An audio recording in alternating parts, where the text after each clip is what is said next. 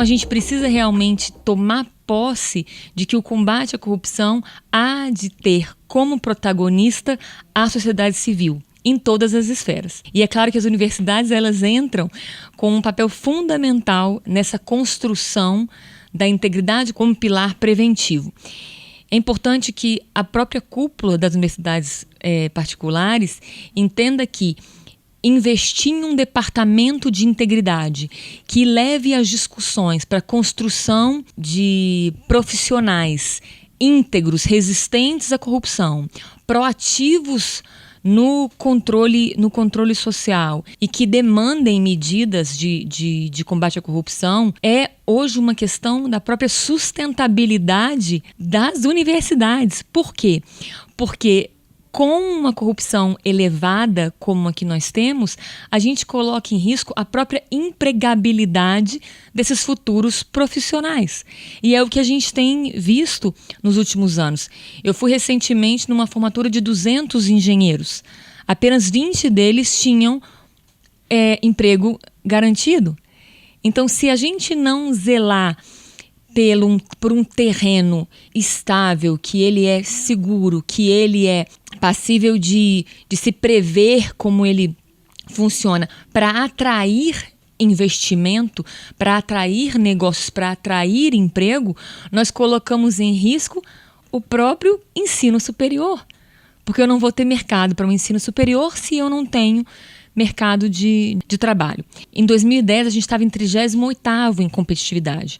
Hoje nós estamos em 70º, ou seja, só é pior investir na Mongólia, na Venezuela e na Croácia do que investir no Brasil. Então isso é uma preocupação altamente relevante. O que isso tem a ver com a corrupção? Isso tem tudo a ver com a corrupção, porque o primeiro entrave que se gera com a corrupção é justamente o aumento da burocracia e dos controles. Então, nós temos uma dificuldade muito grande para a obtenção de alvarás, licenças, permissões e concessões, o que dificulta a implantação de novos empreendimentos no Brasil. Então, a gente costuma dizer que só há sustentabilidade financeira para se empreender no Brasil quando a gente começar a sedimentar a integridade de fato.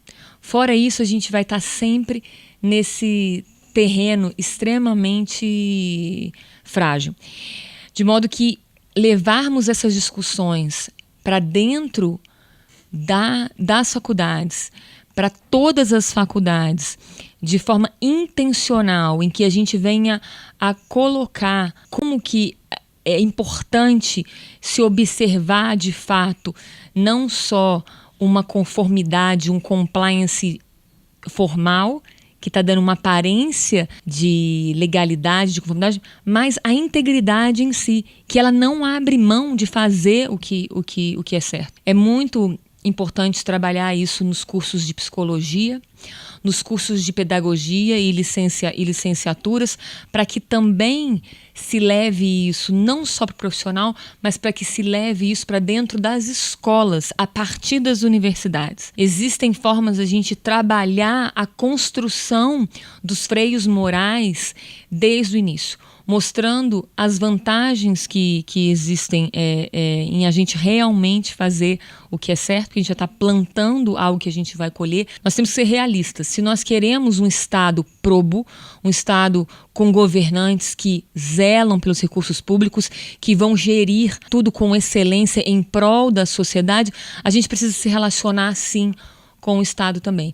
E isso precisa ser mostrado ao longo da vida do estudante, né? Desde os primeiros dias de escola, mostrando que as pequenas corrupções têm a ver com isso, como nas relações profissionais, né? Os conflitos de interesses, as questões dos riscos, as relações de confiança, como sedimentar confiança, que esse é o antídoto para a corrupção.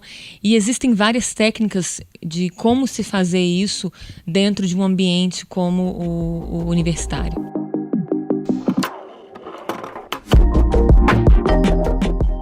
A gente tem um olhar de que essa responsabilidade social, quando a gente fala também de sustentabilidade como um todo, ela entra como um fator muito importante, especialmente no Brasil.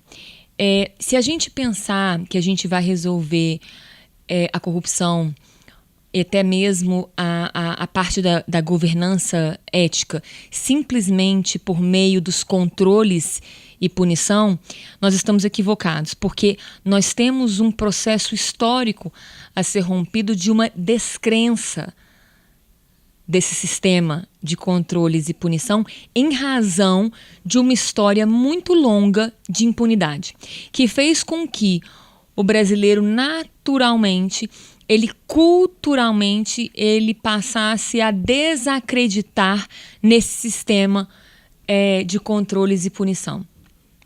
Por isso que uma mudança de comportamento, a escolha pela integridade, ela vai ter que ir além. Ela vai ter que envolver a convicção da pessoa. A pessoa tem que saber que ela quer escolher o que é certo, ela vai escolher o que é certo, apesar das dificuldades naturais de se enfrentar a um ecossistema que está ainda muito marcado pela corrupção. Essa convicção, ela vai ser racional, mas ela também vai ser emocional. Como é que funciona? Como é que vem a convicção racional para se fazer a escolha certa? Eu entendo que se eu começo a fazer as coisas certas no meu país, a lidar com o outro de acordo com as regras, ou questionar as erradas, a respeitar filas, respeitar procedimentos, respeitar as normas, respeitar o tempo de espera. Se eu me relaciono assim, eu começo a entender que eu estou investindo num país assim. É como se eu estivesse fazendo um investimento.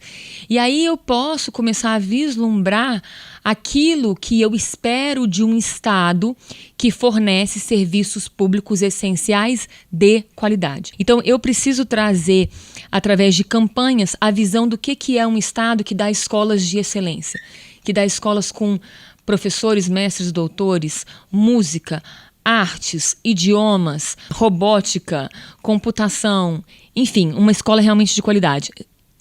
Prestação de saúde que salve vidas, que não deixe pessoas realmente morrendo por falta de medicamento ou por falta de uma cirurgia ou um atendimento emergencial. Eu preciso acreditar que isso é algo possível. Essa expectativa, esses sonhos entram na minha convicção racional de fazer o que é certo para receber do Estado aquilo que ele deve me prestar. Por isso que é tão importante desenvolver fibras firmes de integridade nas pessoas, porque elas vão ter uma indignidade mais profunda nelas, de que elas de fato têm direito a gestores probos, né? E aí que entra a parte da responsabilidade social. O segundo fator é o da convicção emocional. A convicção emocional, ela vai ser tocada, ela vai ser acessada pelas pessoas quando nós voltarmos a sentir as dores de quem de fato morre, está analfabeto, vive sem saneamento básico, não tem perspectiva de emprego. Quando a gente sai da nossa bolha, a gente volta a perceber quanto é necessário, através da integridade, combater a corrupção. Mas quando a gente vive num mundinho em que a gente supre as necessidades de serviços essenciais com outras possibilidades, que são serviços particulares, a gente acaba ficando muito anestesiado e muito imune a essas dores, o que não é bom. Por isso que levar os universitários a fazerem trabalhos voluntários em comunidades mais vulneráveis, especialmente para falar sobre esse poder da integridade e levar algum talento que eles têm para doar para essas pessoas, vai ativar neles um sentido de propósito e uma empatia afetiva com essas pessoas que sofrem tanto com a corrupção e vai levá-los a ter mais empenho para combater esse mal.